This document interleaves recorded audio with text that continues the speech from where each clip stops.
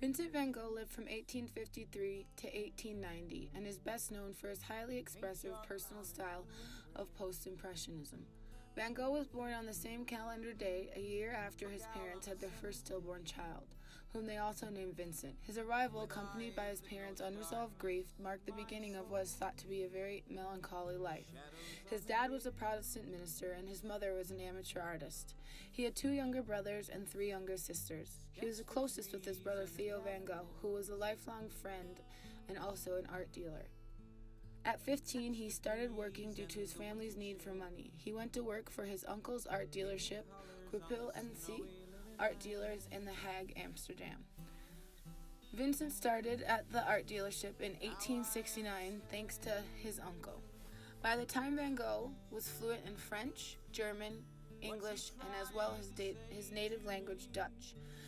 He was the firm's youngest employee, and his job was to do the packing, unpacking, overlaying of photographs, and also helped with some paintings. His brother Theo went to work for the same art dealer in Brussels in 1873. Vincent congratulated him on getting the job with this fine company and wrote to his brother, "I am really very happy that you're also part of this firm. It's such a fine firm, and the longer one is part of it, the more enthusiastic one becomes." Theo, getting a job at the firm, started a lifelong correspondence with him and his brother. This correspondence came from Theo's wife being the one to collect their letters, compile his paintings, and in turn open the eyes of the world to Van Gogh's artwork. In June 1873, after becoming quite successful at his job in The Hague, he was transferred to the branch in London. A letter to his brother, he writes, "I'm only just noticing how attached I am to The Hague now that it's been decided I must go away." While in London, he also fell in love with a landlady's daughter. When she rejected his marriage proposal, Van Gogh suffered a breakdown. He threw away his books, except for the Bible, and devoted his life to God.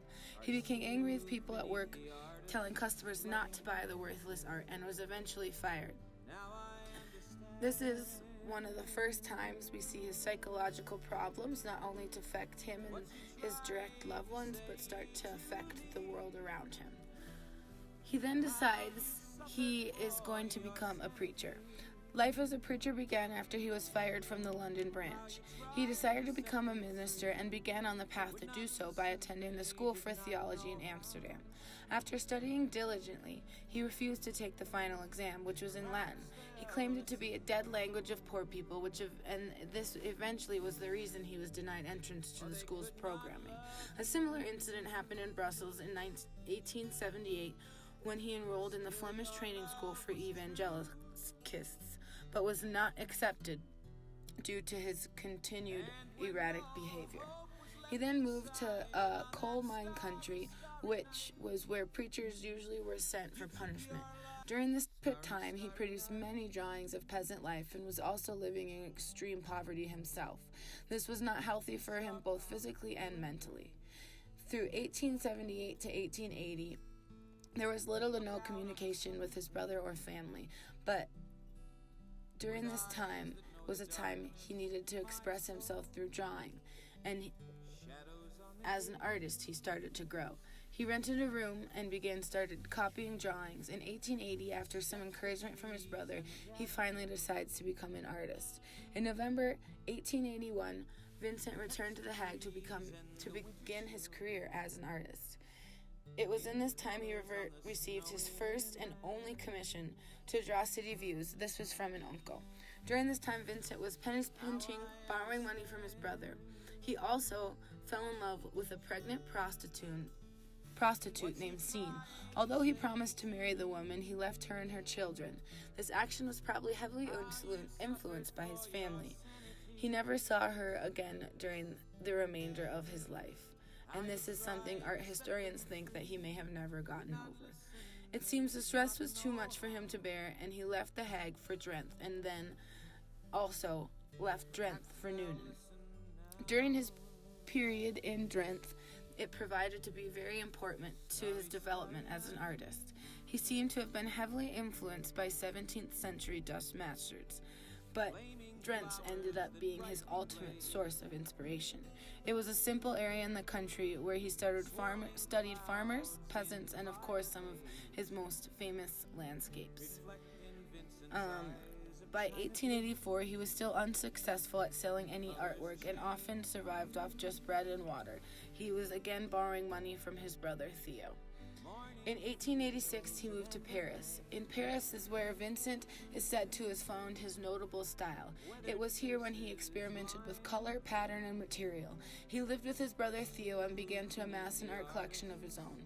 With his painting, he adopted Seurat's pointillism by applying brilliantly colored paint and multi-directional strokes of impasto or paint application. His movement and strokes create the emotion we still see in his paintings. He is one of the first artists of the early modern age to think about paint as part of the work and not just a medium. He ran into artists such as John Peter Russell, Emily Bernard, and Paul Signac. He also found that living in Paris ended up being too stressful and desired to return to the country. He moved to Arles, France in 1888 through 1889. This was the most productive during of his artistic career. In Arles, he met other artists and befriended Paul Gauguin. In late December of that same year, Vincent suffered a psychological episode in which he cut off part of his ear. Some art historians theorize that it may have been Gauguin himself, as he was an acclaimed fencer, but we may never know. On May 8, 1898, he voluntarily commits himself to an asylum, where he painted his most famous artwork, Starry Night. A quote from him to his brother while on a train to go to the asylum reads as, "Just as we take the train to get to Tarscan or Rouen, we take death to reach a star."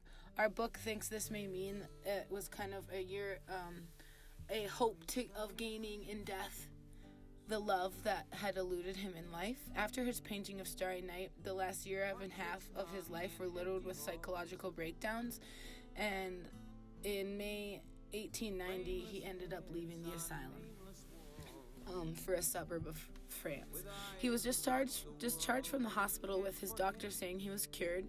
He seemed to be past the episodes, but shortly after his relief, he decided to end his life in a field by a gunshot wound to the chest. He died 2 days later with his brother Theo next to him. It is also theorized that Vincent may have been shot by a neighborhood kid who was often known as taunting Vincent, but again, we'll never know. Vincent van Gogh was a socialist who felt modern life held too much importance on progress and success, and in turn alienated people from one another and themselves.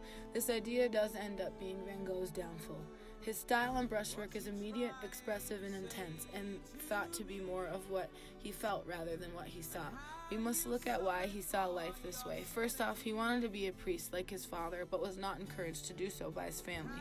Then, when he wanted to be a priest, he was rejected twice. So at this point in his life, he'd been denied by both his family, who thought he was a failure, and also by his God, who didn't think he was a right fit.